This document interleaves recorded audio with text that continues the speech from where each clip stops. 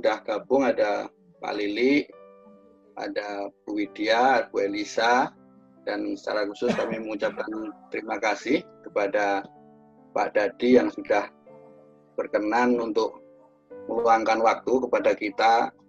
Ya, terus terang, kalau saya sendiri kangen Pak kumpul-kumpul dengan teman-teman, kumpul dengan sahabat-sahabat di lingkungan, juga termasuk Ekaristi ya. Kebetulan dengan adanya online ini kita masih ada katekesi lingkungan ya, memang walaupun saya pikir tidak banyak pesertanya Pak, tapi artinya kita yang memang serius dan kami butuh materi-materi yang pada prinsipnya untuk menerangi kita. Amin. Tuhan Allah Bapa yang penuh kasih, kami bersyukur atas keluarga kami masing-masing dalam lingkungan ini. Kami bersyukur juga bahwa kami senantiasa boleh meneladani keluarga Nazaret yang bagi kami itu menjadi salah satu panutan dalam kehidupan berkeluarga. Malam hari ini kami hendak men-sharingkan tentang keluarga sebagai sakramen ya Tuhan.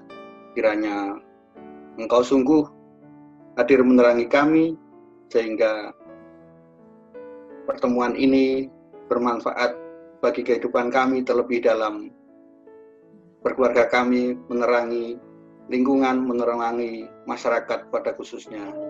Semua ini Tuhan kami hantarkan kepadamu dengan perantaraan Kristus Tuhan kami. Amin. Bapa dan Putra dan Roh Kudus. Amin. Amin. Pada tadi kami persilahkan. Terima kasih Pak Suryo. Selamat malam Bapak dan Ibu. Ya. Kita sama-sama coba merenungkan harta yang paling berharga yang kita miliki, yaitu keluarga. Nah, selama katekesi online ini saya akan share screen ya. Tema kita hari ini adalah keluarga sebagai sakramen, dan ini menjadi kesempatan yang baik. Mungkin tidak banyak lingkungan yang punya kesempatan ini, di mana kita punya waktu, punya peluang untuk melakukan katekesi online lingkungan Rafael. Ini patut kita syukuri. Kita dengar kalau misa waktu Prapaskah itu, oh Yesus. Bapak Ibu, sebenarnya katekesi online ini sudah dimulai sejak minggu yang lalu, di mana saya dan Pak Surya itu share tentang membagikan Google Form gitu ya. Data berbicara bahwa yang mengisi Google Form itu dari usia itu di atas 35 ya. Artinya ini kita bisa sadari bahwa secara perkembangan iman usia 36 sampai ya 50 ke atas gitu ya, 36 ke atas itu umumnya berada dalam tahap perkembangan iman konjungtif, di mana ini ahlinya adalah James Fowler. Dia seorang metodis jadi bukan gereja Katolik Roma, dia di Amerika. Dia mengatakan bahwa pada usia ini ciri utamanya adalah kebenaran itu dilihat dari berbagai sudut ya. Saya admit dulu ya. Oke. Nah, jadi kebenaran yang diterima, dipahami itu dilihat dari berbagai sudut, berbeda dengan usia-usia sebelum ini, di mana mungkin dia hanya mendapatkan kebenaran dari satu sisi saja, dari sudut pandang saja, dari ajaran tertentu yang dia dapatkan. Tetapi di usia ini usia 36 ke atas itu melihat dari berbagai segi, sehingga lebih toleran biasanya terhadap hal-hal yang sifatnya ambigu gitu. Dan kita juga perlu menyadari bahwa pada usia ini juga sudah mampu untuk membuka diri pada suara terdalam dirinya. Jadi sudah mulai bisa berefleksi dan sebagainya dengan baik tentang masa lalunya, tentang pengakuan kritis pada ketidaksadaran sosial, bagaimana situasi ketidakadilan juga disadari, dikritisi, mitos-mitos juga mulai dikritisi gitu ya. Gambaran ideal itu baginya itu sesuatu yang oke dan tidak oke gitu. Jadi bisa di situ ada hidupnya dalam paradoks dan kebenaran yang tampak kontradiktif. Ini menurut James Fowler. Dan komitmen pada keadilan itu tanpa memandang suku, agama, ras, agama, pokoknya dia melakukan sesuatu karena dorongan dari dalam diri, dari dalam hatinya. Dan mampu melihat lalu berada pada makna terdalam dari seseorang, keluarga, komunitas, dan lingkungan. Ini peluang kita untuk membangun sebuah keluarga. Tetapi ada bahaya yang harus diwaspadai, yaitu terjadi bisa saja masuk dalam situasi atau kondisi kelumpuhan pasif, di mana ada rasa puas yang membuat dia ya sudahlah ini hidup yang ideal gitu. Jadi tidak ada lagi usaha yang kuat. Karena pemahaman kebenaran yang paradoksal antara yang ideal dengan kenyataan, akhirnya dia ya sudahlah memang begitu adanya. Jadi berhenti di posisi itu atau di kondisi itu gitu ya. Umumnya begitu ya. Tapi kalau kita tidak punya ciri-ciri ini, ya kita bersyukur. Tetapi James Fowler membuat penelitian umumnya usia 35 tahun ke atas dan sebelum lansia gitu ya. Ini kecenderungannya seperti yang tadi saya jelaskan. Nah, pada tahap ini masih ada perpecahan hidup dan bertindak di antara dunia yang belum tertransformasi, terbentuk dengan transformasi misi dan kesetiaan antara yang ideal dengan yang hidup-hidup yang baru, bentuk-bentuk hidup yang sudah diperbaharui. Dia ada situasi di situ antara hidup yang idealnya seperti apa dan kenyataannya seperti apa. Ada di antara itu. Maka disebut tahap perkembangan iman konjungtif ya. Menyambung gitu. Nah, data yang kedua menunjukkan ketika ditanya keyakinan diri telah menerima firman. Semua responden itu menjawab, ya saya sudah menerima firman Allah. Ini sangat baik. Ya, situasi ini sangat baik sekali. Ya. Tapi kita coba lihat di data selanjutnya, sungguhkah gitu ya? Sungguhkah firman itu membawa kita pada pengenalan akan siapa Yesus? Ada yang mengatakan bahwa Yesus itu juru selamat, ada yang mengatakan Yesus itu penolong, ada yang mengatakan Yesus itu sahabat, kekuatanku, penghibur, dan ada yang mengatakan Tuhan. Ya, kita patut bertanya pada diri sendiri atau renungkan, apakah konsep-konsep itu sesuatu yang sungguh-sungguh kita alami atau sesuatu yang kita pelajari? Ya. Apakah itu teori atau sungguh-sungguh yang kita alami? Ini perlu kita renungkan terus setiap saat. Bahkan pertanyaan ini akan terus berlangsung sampai kita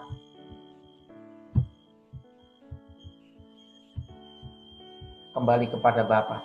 Nyatanya, ya kita tadi mengatakan Yesusku penolongku segala macam. Nyatanya kita masih menghadapi situasi-situasi yang sulit kaitan dengan sosial media, lunturnya sopan santun mungkin di rumah dengan suami, dengan istri, cara bicara dan sebagainya, kemalasan, saran sesat dari orang lain, radikalisme, cara berpikir pragmatis, potong-potong, manajemen waktu yang nggak beres gitu ya. Terbawa arus, si A ngomong ini diikutin, si B ngomong itu diikutin, jadi tidak punya pendirian. Ada kesombongan rohani yang tidak mau memperkaya diri secara iman, itu juga suatu yang memprihatinkan. Lalu yang terakhir, data yang muncul adalah sumber informasi yang tidak bisa dipercaya. Banyak sekali hoax-hoax yang kita dapatkan. Mana sebenarnya berita yang benar tentang COVID ini?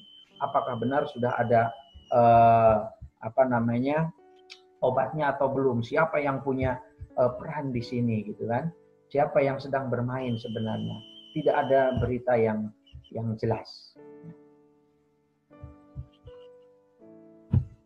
Oke. Ketika kita ditanya apakah butuh motivasi untuk memiliki pengetahuan tentang Yesus, 100% itu mengatakan butuh, bahkan sangat butuh. Artinya apa? Apa yang kita lakukan sekarang itu salah satu untuk memenuhi kebutuhan. Nah, ada usaha-usaha yang dilakukan, yaitu baca kitab suci. Kita perlu bertanya, apa sih yang kita cari ketika kita mencoba mempelajari kitab suci? Sekurang-kurangnya ada 8 yang saya dapatkan dari Google Form yang Anda isi. Yang pertama itu mencari teladan, kedua kebenaran Tuhan, lalu ketiga itu penuntun jalan, keempat cinta kasih, kelima ajaran Kristus, keenam mencari makna dari sabda, lalu hidup para murid Yesus yang akan menjadi teladan, dan yang 8 mencari pengalaman iman. Adakah pengalaman-pengalaman baru yang menguatkan? Itu sharing dari Anda selama 1 minggu ini melalui Google Form. Saya senang dengan data-data ini. Nah, pertanyaan refleksi lagi adalah, sungguhkah kita itu merasa hidup bersama Yesus yang tadi dikatakan sahabat, penolong, juru selamat gitu ya. Kekuatanku 100% mengatakan ya, merasa bahwa hidup bersama dengan Yesus. Ya. Ini data ini sangat memberikan semangat sebenarnya. Tetapi ketika ditanya, mendapatkan didikan secara Katolik 100% yes, mendapatkan. Tetapi ketika ditanya, apakah Anda mendidik secara Katolik suami Anda, istri Anda, anak Anda, ya, seluruh anggota, masih ada yang mungkin 33% mengatakan mungkin, 67% mengatakan ya. Artinya, ya masih di bawah 80% orang merasa bahwa apa yang sudah kulakukan ini benar-benar sesuai dengan ajaran Katolik. Kepercayaan diri untuk mengatakan bahwa saya adalah Katolik dan saya bisa mendampingi orang lain secara Katolik. Itu antara kerendahan hati atau memang merasa bahwa kayaknya memang aku masih harus terus belajar ya. Masih harus terus mengolah diri. Nah, keprihatinan sosial yang muncul dari sharing Anda selama seminggu ini adalah hilangnya tata krama dan sopan santun, ketidakpedulian, wabah penyakit, intoleransi, kesadaran masyarakat. Ini semua memprihatinkan kita semua. Mau apa dengan situasi ini? Gitu kan? Mau apa dengan kondisi ini? Rupa-rupanya memang situasi yang kita alami membutuhkan kita membutuhkan pertolongan dari Allah. Nanti kita akan belajar dari Yohanes Chrysostomus, dari Santo Petrus dan juga dari Paus Pius ke-6. Bagaimana kita memahami peran kita dalam mengatasi keprihatinan sosial yang kita alami. Nah, lebih dalam lagi ketika ditanya makna keluarga sebagai di mana kita tinggal, banyak sekali konsep-konsep pengertian tentang keluarga. Ya, di sini saya coba rangkum banyak sekali bahwa keluarga itu merupakan persatuan, entah persatuan keturunan atau apa. Lalu yang kedua, keluarga itu adalah hidup bersama. Ya.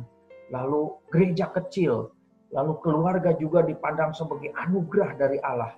Lalu di situ juga ada kumpulan orang dengan latar belakang yang berbeda, tetapi mempunyai tujuan yang sama. Benarkah sama tujuannya? Nah, ini yang perlu kita renungkan terus. Lalu ada juga yang mengatakan bahwa keluarga itu dipersatukan oleh Kristus. Dan keluarga juga merupakan tempat mencurahkan kasih sayang. Tempat mencari kedamaian. Ya. Lalu keluarga itu juga terus meneruskan keturunan. Ya. Lalu keluarga juga dilihat sebagai hubungan dekat yang didasari oleh kasih, tolong-menolong, mengampuni, dan menjaga. Dan ada juga yang memaknai keluarga sebagai tempat perjumpaan hati. Tentu ini makna-makna yang muncul ini adalah lahir dari pengalaman Anda, pengalaman kita semua yang bisa saja kita pertahankan, bisa kita kembangkan. Ya. Berkaitan dengan peran dan tugas keluarga, disadari betul bahwa peran dan tugas keluarga ini sangat banyak. Ya, coba kita lihat satu persatu. Peran dan tugas keluarga menjadi tempat sekolah, ya, mendidik pendidikan bersama dalam keluarga. Lalu sebagai sarana saling bekerja sama dalam belajar hidup.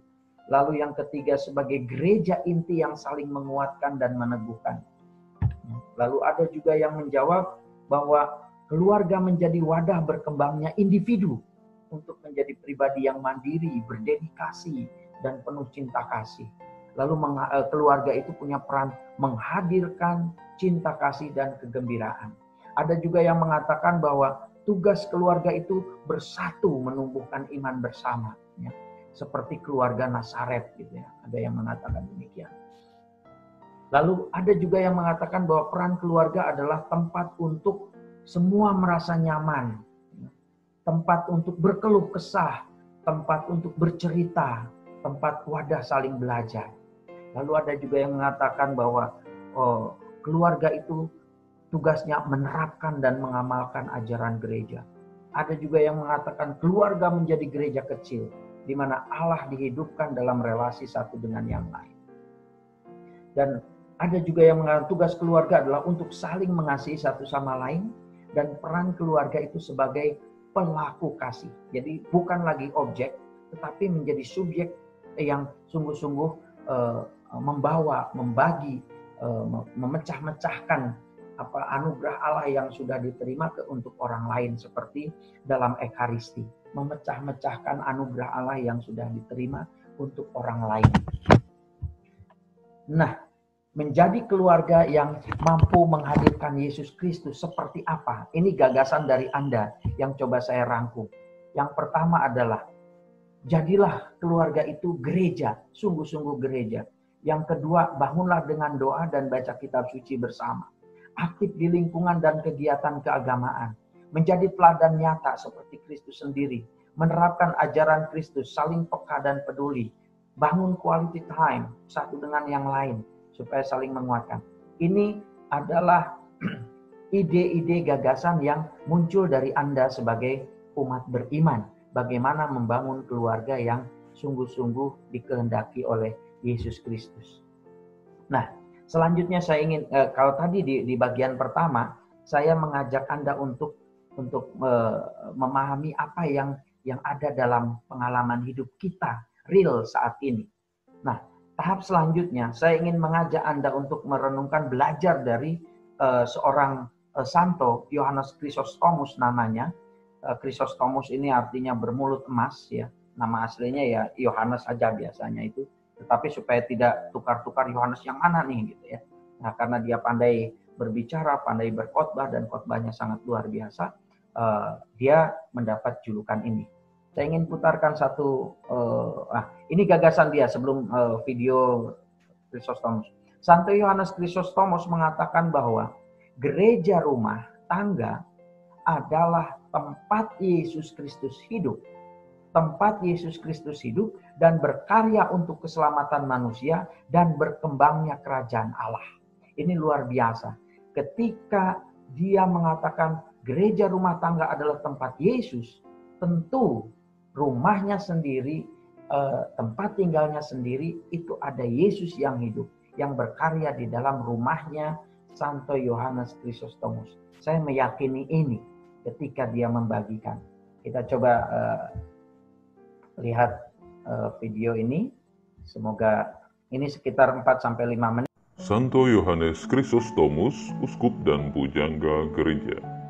Yohanes lahir di Antioquia, Syria antara tahun 344 dan 354 dari sebuah keluarga bangsawan.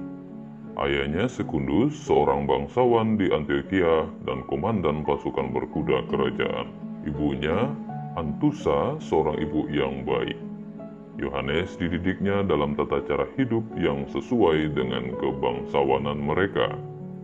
Ketika berusia 20 tahun, Yohanes belajar retorika atau ilmu pidato di bawah bimbingan Libanius, seorang ahli pidato yang terkenal pada masa itu. Libanius bangga akan kepintaran dan kefasihan Yohanes. Sekitar umur 20-an tahun, Yohanes baru dipermandikan menjadi Kristen. Kemudian bersama beberapa orang temannya, dia mendalami cara hidup membiara dan belajar teologi di bawah bimbingan Diodorus dari Tarsus, seorang pemimpin sekolah teologi Antioquia. Setelah itu, selama 6 tahun, ia hidup menyendiri sebagai rahib di pegunungan Antioquia. Sekembalinya ke kota, Yohanes ditabiskan menjadi diakon oleh Uskup Meletius dan pada tahun 386 ditabiskan menjadi imam oleh Uskup Flavian pertama dari Antioquia. Ia ditugaskan mewartakan Injil di Antioquia. Keahliannya berpidato dimanfaatkannya dengan baik untuk menyampaikan ajaran Tuhan kepada umatnya. Khotbahnya menarik dan mendalam. Ia menguraikan makna kitab suci dengan menerangkan arti setiap teks kitab suci bagi kehidupan. Semenjak itu, Yohanes menjadi seorang imam yang populer di kalangan umat. Sepeninggal Nectarius, Patriark Konstantinopel pada tahun 397, Yohanes dipilih sebagai uskup Konstantinopel. Pada masa itu, hidup susila penduduk kota sangat merosot. Hal ini mendesak dia untuk melancarkan pembaruan hidup moral di seluruh kota dan di kalangan rohaniwan-rohaniwati. Kepandaiannya berpidato dimanfaatkannya untuk melancarkan pembaruan itu. Khotbahnya sungguh tepat dan mengena, tegas dan terus terang. Sabda Tuhan diterapkannya secara tepat sesuai dengan situasi kehidupan susila umat. Oleh karena itu, ia dibenci oleh pembesar-pembesar kota dan uskup lainnya. Program pembaruannya ditantang keras. Dalam suatu sinode di Oak, sebuah desa di Chalcedon, ia dikucilkan oleh uskup-uskup lainnya. Tetapi tak lama kemudian ia dipanggil kembali karena reaksi keras dari seluruh umat yang sayang kepadanya. Pada tanggal 9 Juni 404, sekali lagi ia diasingkan karena kritikannya yang pedas terhadap kaisar, yaitu Kaisar Eudosia dan pembantu-pembantunya. Banyak penderitaan yang dia alami dalam pengasingan itu. Di sana ia meninggal dalam kesengsaraan sebagai saksi Kristus. Yohanes dikenal sebagai seorang uskup yang saleh. Khotbah dan tulisan-tulisannya sangat berbobot dan menjadi saksi akan kefasihannya dalam berbicara. Oleh karena itu, ia dijuluki Chrysostomus, yang artinya si mulut emas. Dalam khotbah dan tulisan-tulisannya dapat terbaca keprihatinan utama Chrysostomus pada masalah keadilan dan penerapan ajaran kitab suci, baik oleh umat maupun oleh rohaniwan-rohaniwan. Terima kasih. Semoga santo ini menguatkan iman kita.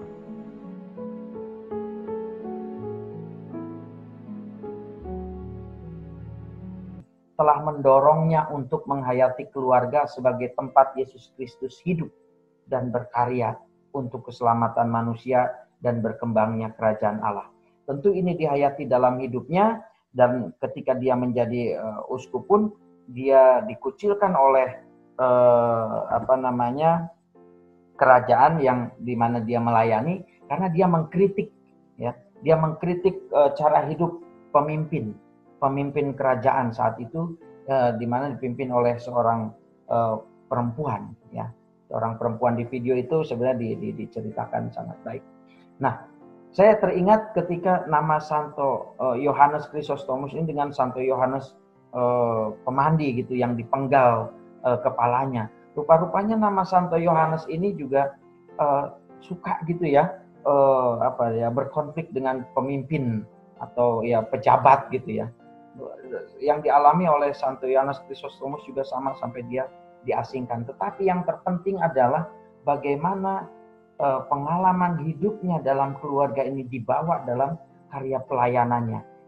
Apa yang baik di dalam keluarga dibawa kepada masyarakat. Apa yang terjadi di masyarakat ketika tidak sesuai dengan yang ideal, itu dia kritik, walaupun dirinya sendiri menjadi korban akhirnya. Nah, yang selanjutnya adalah kita belajar dari Santo Petrus. Ini Bapak Ibu boleh buka kitab sucinya, tetapi di sini saya sudah tampilkan ada 2 ayat yang bisa kita renungkan bersama. Ya.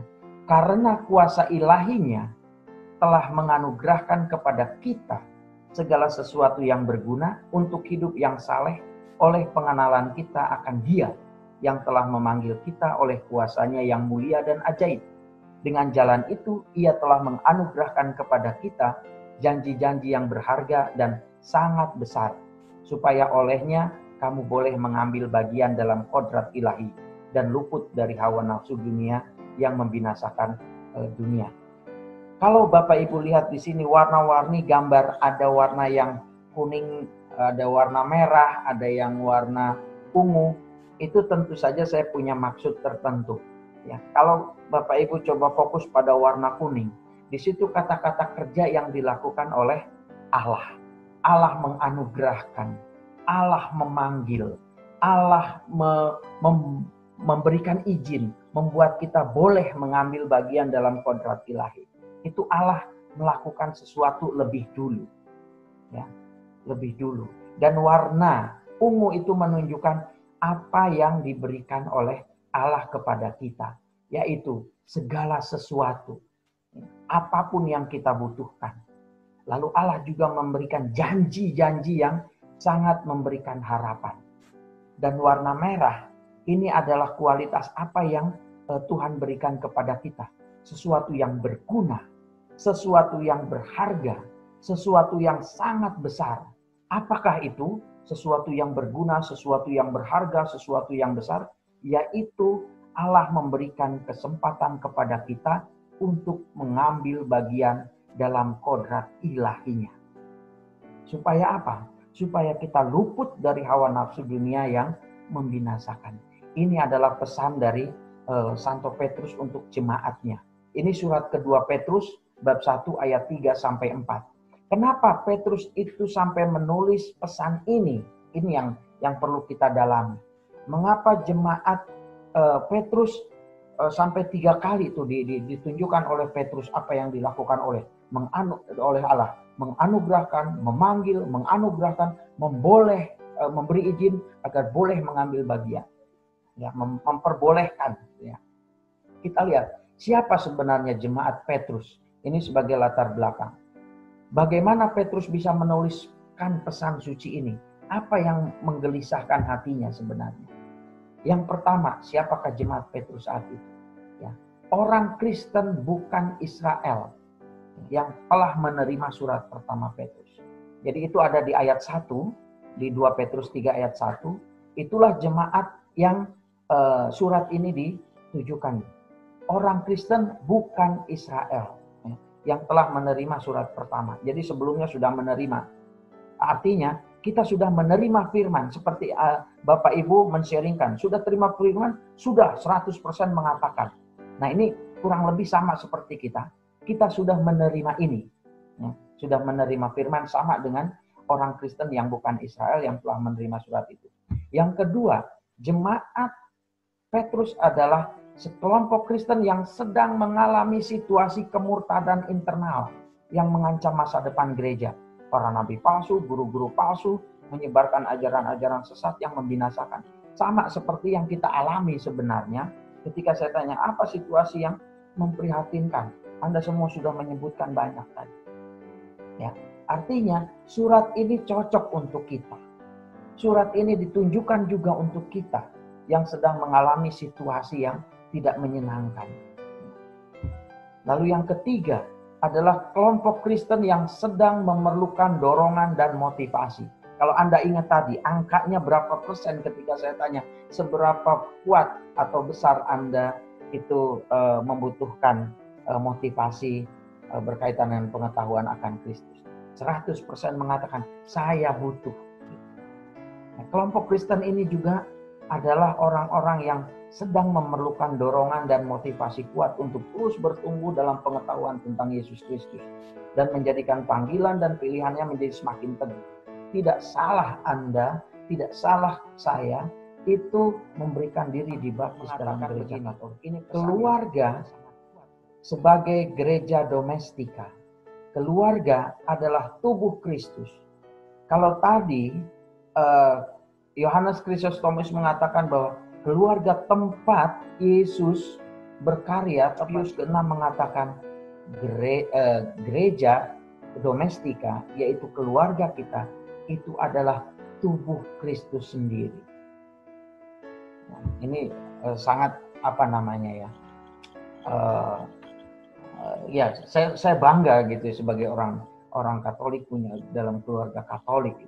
Ternyata kita adalah tubuh Kristus sendiri, tidak hanya yang kita saksikan di dalam perayaan Ekaristi gitu. Ternyata keluarga ini juga sakramen, tanda kehadiran Allah. Bahkan kita adalah tubuh Yesus sendiri. Nah, tugasnya apa sekarang sebagai tubuh Kristus, sebagai tempat, sebagai wadah, sebagai komunitas di mana Yesus hadir? Kita didorong untuk mewartakan Injil. Mewartakan Injil itu sendiri adalah rahmat, adalah panggilan yang tepat bagi gereja. Gereja adalah pewarta Injil. Pewarta Injil itu harus dimulai dari dalam tubuh gereja sendiri, yaitu keluarga. Ini ada dalam artikel 5 dan 14 ensiklik Evangelii Nuntiandi yang ditulis oleh Paus Pius VI. Nah, pewartaan Injil itu juga memiliki dimensi keluarga. Artinya apa? Diterangkan di situ di nomor 71. Keluarga merupakan tempat kabar gembira yang pertama. Tempat kabar gembira dibagikan. Tempat kabar gembira itu berasal. Kalau di dalam keluarga itu sudah penuh dengan kegembiraan, sudah penuh dengan sukacita, yang keluar adalah cahaya-cahaya kegembiraan yang bisa dirasakan oleh orang-orang sekitar, baik tetangga maupun lingkungan maupun gereja. Nah, di bagian akhir saya mau mengatakan ini, relevansinya apa bagi kehidupan umat lingkungan dewasa ini ketika kita menyadari bahwa keluarga itu adalah sakramen, keluarga itu adalah tempat Yesus hidup dan berkarya menyelamatkan dunia, bahwa keluarga itu adalah tubuh Kristus sendiri. Relevansinya apa? Yang pertama, pentingnya menyadari bahwa setiap pribadi seluruh anggota keluarga Katolik dipanggil untuk mewartakan Injil dengan cara dan kemampuan masing-masing.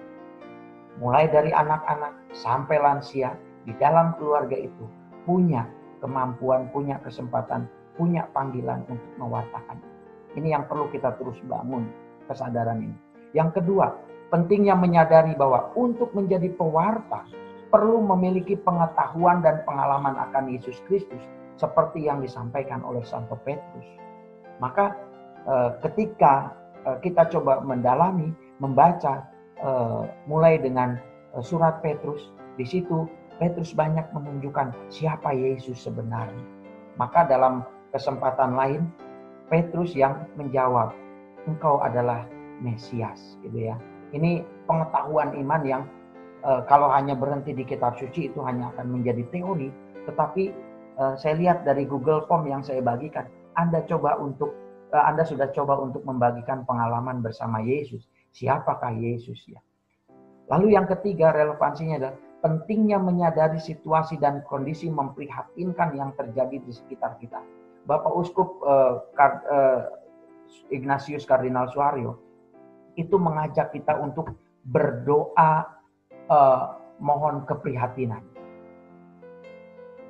Artinya adalah kalau kita tidak pernah merasa prihatin, tidak pernah merasa tersentuh, doa yang kita lakukan ya kita berada di doa yang berada di zona nyaman. Dan itu bahaya ketika kita hanya berhenti di zona nyaman. Dan Bapak Uskup mengajak kita untuk coba kita keluar dari diri. Masih banyak orang-orang yang perlu kita doakan. Keprihatinan itu harus muncul dalam doa itu. Itu yang diajarkan. Lalu yang keempat adalah menyadari pemahaman tentang Allah. Siapakah Allah? Siapakah atau apakah itu gereja? Dan apa itu keluarga yang sedang kita miliki sekarang? Karena pemahaman akan menentukan sikap, akan menentukan tindakan selanjutnya. Allah yang Maha Pemurah yang kita yakini itu akan berimplikasi kepada kemampuan kita mengampuni anggota keluarga yang bersalah. gereja yang kita hayati, keluarga yang kita hayati sebagai gereja yang adalah tubuh Kristus, kita akan sungguh menghargai akhirnya, menghargai gereja, keluarga kita sebagai yang kudus dari Allah. Lalu yang kelima adalah menyadari pentingnya membangun komitmen untuk melakukan suatu gerakan demi semakin disadarinya keluarga sebagai tempat Yesus Kristus hadir dan tempat berkarya untuk menyelamatkan dunia. Dan juga lebih dahsyat lagi seperti apa? Gereja adalah tubuh Kristus. Kita, keluarga adalah tubuh Kristus. Ya, di situ kita coba membangun gerakan-gerakan sederhana di dalam keluarga kita. Itu relevansi dari keluarga sebagai sakramen yang kita bahas. Bapak Ibu, selamat menjadi pewarta-pewarta Injil, sebab Injil itu sudah ada dalam hati setiap anggota keluarga kita masing-masing. Demikian dari saya untuk bagian pendalaman materinya. Mungkin ada, kalau ada masih ada waktu nggak ya? 1-2 mungkin boleh memberikan feedback. Jadi Zoom-nya sudah di-upgrade jadi lebih dari 45 menit kok. Nah. Barusan tadi ada notifikasi dari Zoom bahwa ini di-upgrade sama Zoom jadi lebih lama. Oh, bagus berarti kalau begitu. Tapi tetap kita harus batasi ini. Iya. Oke. Ada respon atau tanggapan? Boleh Pak, boleh. Senang. Saya tadi sore terus terang misa harian di Paroki Mboro, dan memang kebetulan khotbahnya itu menyangkut dengan keluarga. Jadi bagaimana kalau hari ini Tuhan Yesus itu hadir untuk menyelamatkan manusia. Dan itu menyelamatkan manusia itu menurut Romo yang tadi misa harian itu dimulai dari keluarga. Bagaimana Yesus itu hadir dalam keluarga, tentunya itu akan menjadi lebih baik. Cuman justru yang menjadi refleksi saya, jangan-jangan ternyata kita itu dalam bahasanya manis di bibir, pahit di hati, gitu loh. Artinya kita begini. Saya mencoba merenungkan ini dalam keluarga saya sendiri. Mungkin dalam tanda kutip, orang luar tidak pernah akan tahu apa yang terjadi dalam keluarga saya. Mungkin sebagian orang akan hanya tahu yang baik-baik saja. Nah, lalu yang menjadi pertanyaan, bagaimana itu saya balik? Bagaimana kalau ternyata saya dalam keluarga itu berusaha untuk menampilkan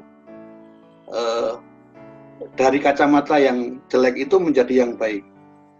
Jadi artinya jangan sampai kita terlena di luar, tapi ternyata di sisi internal keluarga kita dalam tanda kutip tidak harmonis. Jadi harapan kita bebenah di kamar sendiri sebelum beberes di teras. Itu mungkin itu Pak, urun rembuk dari saya Pak. Ya, saya mau berdalam di situ. Boleh ditambahkan sharingnya, apakah itu membuat ada semacam kegelisahan dalam diri Pak Suryo? Artinya, misalnya ini di manis di bibir dan kenyataannya nggak seperti itu gitu. Oh, begini, misalnya contoh yang sederhana, konteksnya lingkungan katakanlah Pak. Kita ngajak orang untuk sembahyang bersama. Tapi ternyata kita nggak pernah ngajarin itu di keluarga kita gitu loh. Nah, artinya itu kan tidak tepat gitu loh Pak. Contoh kecil seperti itu Pak. Jadi yang pertama itu. Terus mungkin contoh sendiri, kita sharing, bagaimana kita harus membangun komunikasi dengan keluarga harus baik. Ternyata tapi kita dengan anak-anak, dengan istri, itu bentuk cinta keluarga itu kan bentuk cinta itu kan bukan menyakiti. Tapi kalau cara kita berbicara dengan anak, dengan istri itu menyakiti, itu artinya kan bukan mencintai, Pak. Artinya seperti itu, Pak. Jadi artinya kita bebenah di dalam kita masing-masing untuk menuju menjadi pewarta tadi, Pak. Gitu. Poin ini akhirnya keluar juga karena tadi di awal kalau kita perhatikan betul tahap perkembangan iman menurut James Fowler itu kan ada di tahap perkembangan iman konjungtif. Nah, pertanyaan-pertanyaan dan kegelisahan-kegelisahan seperti yang tadi diungkapkan oleh Pak Suryo itu memang ada di tahap umur-umur kita.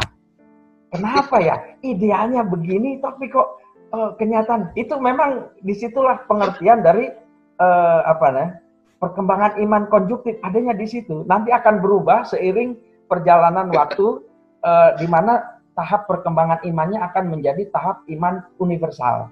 Tapi kita belum sampai sana. Kita baru sampai tahap pergolakan batin di sini nih. Tapi bagus ini kita sadari gitu ya. Itu James Fowler sudah menemukan itu, Pak, dalam penelitiannya. Ya. Jadi Pak Suryo dan saya dan semua, maka tadi saya tunjukkan usia yang mengisi Google Form ini kok kebetulan gitu loh. 36 tahun ke atas gitu. Maka saya hanya ambil satu tahap perkembangan iman yang namanya tahap perkembangan iman konjungtif. Maka tidak heran kalau sharing Pak Suryo tadi seperti itu juga sama dengan yang saya alami. Usianya kan kurang lebih sama-samalah di situ. Jadi tahap perkembangan imannya juga sama gitu. Atau dari yang lain boleh menambahkan atau merespon? Ya, coba saya Pak Dadi. Oh, silakan Pak Lili. Ya. Di dalam pertanyaan respon, saya salah satunya yang menjawab di dalam pertanyaan, apakah Anda mendidik keluarga secara Katolik? Nah, saya salah satunya yang menjawab mungkin. Oh, oke.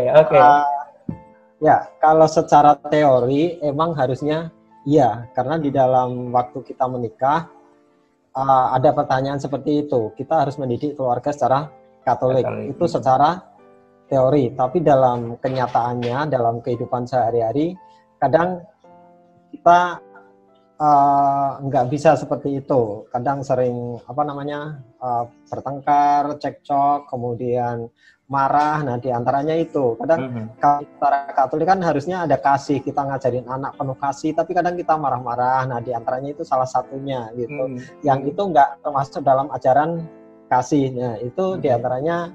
Kemudian kalau ada masalah kita sering cekcok sama istri atau apa, diantaranya itu. Jadi saya salah satu responden yang menjawab mungkin, karena diantaranya itu saya masukkan karena berdasarkan pengalaman pribadi gitu. Iya, terima kasih. Betul.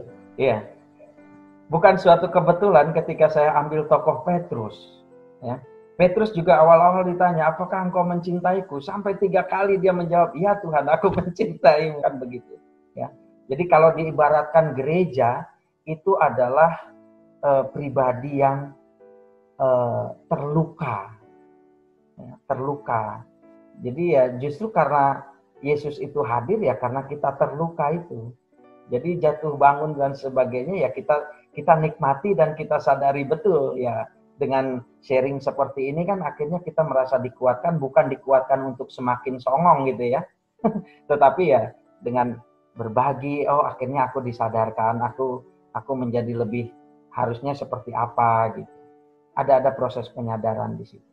Maka bersyukur sekali ketika ya ini agak melenceng sedikit, dalam gereja Katolik ada ajaran untuk sakramen tobat. Ini sangat berharga sebenarnya bagi kita untuk menyelamatkan jiwa-jiwa dan anggota keluarga kita.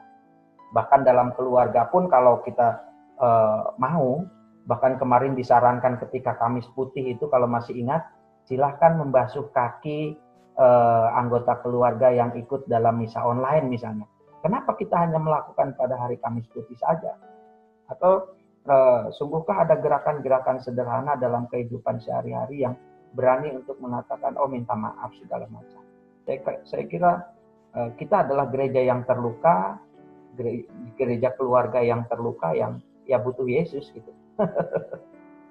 Kita sama-sama Pak Lili. Silakan lanjut ke siapa lagi?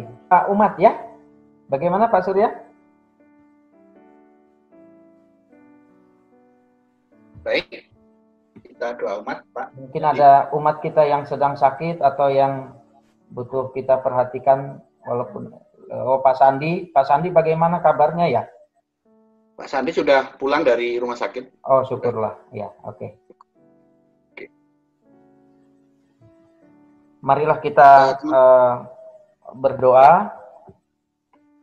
Allah Bapa yang Maha Pengasih, kami sungguh bersyukur mendapatkan kesempatan yang berharga ini, boleh berjumpa dengan saudara-saudari di lingkungan Rafael. Semoga dalam segala keterbatasan kami tetap dapat saling meneguhkan, saling menguatkan dengan cara kami masing-masing. Kami mohon, kabulkanlah doa kami ya Tuhan. Allah Bapa yang penuh kasih, kami bersyukur kami boleh Engkau kuatkan dengan pertemuan pada malam hari ini. Kami kadang keluarga masih lemah, kami kadang masih banyak kekurangan dalam hidup berkeluarga. Kiranya Engkau hadir menyertai kami dalam membangun hidup berkeluarga, dalam mewujudkan gereja kecil. Bapa, pada malam hari ini kami mendapatkan berita duka bahwa Ibu Maria Onde, ibunda dari Bapak Theo, Blok F, meninggal pada pukul 19.45 waktu Indonesia Tengah. Kiranya Engkau beri penghiburan kepada keluarga Pak Theo, dan ibunda Pak Theo boleh beristirahat dalam damai, boleh Kau kumpulkan bersama para kudus di surga. Kami mohon, kabulkanlah doa kami ya Tuhan.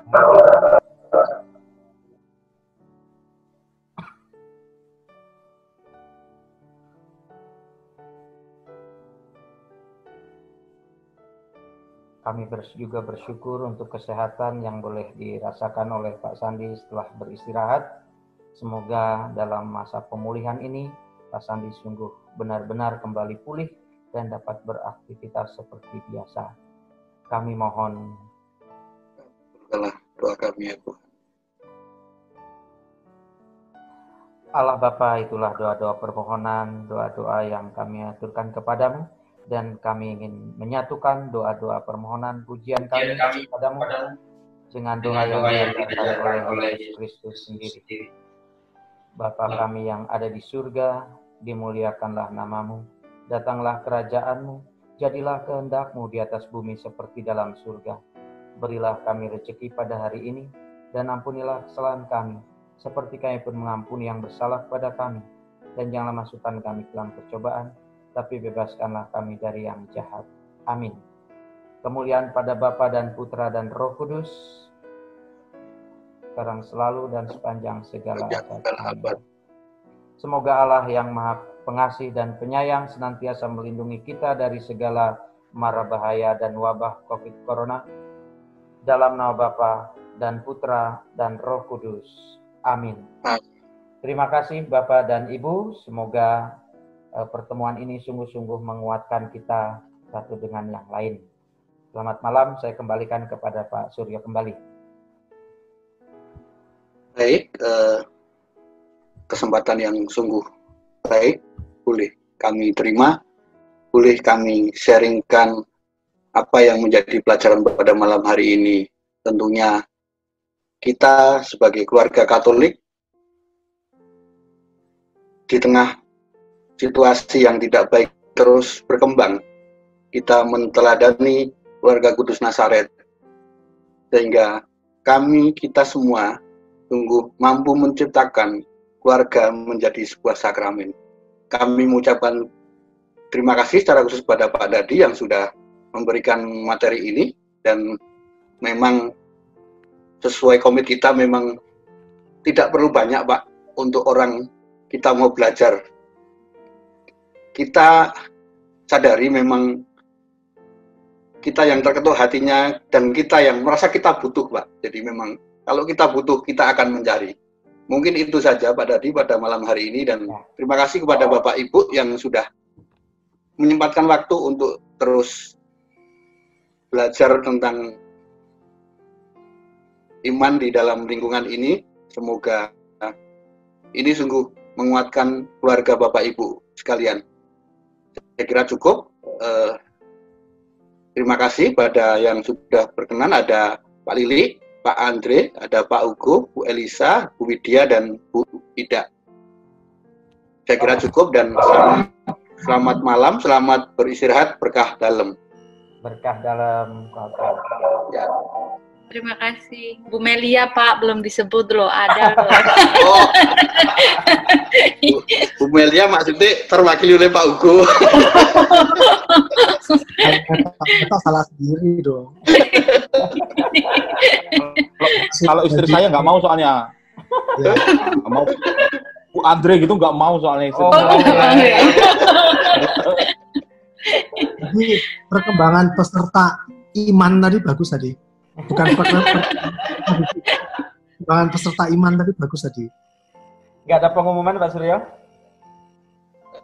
Saya kira nggak ada Pak. Hanya memang untuk besok kita start up lagi gaspol menuju bulan Maria. Memang dalam benak saya memang berat. 30 hari harus berdoa bersama-sama, tapi saya yakin bahwa Tuhan yang memberi jalan dan akan terlaksana dengan baik. Itu saja Bapak dan Ibu. Terima kasih. Selamat malam. Terima kasih. Selamat malam. Ya. Terima kasih Pak Ya. Dadi. Yuk. Pak Andre, Pak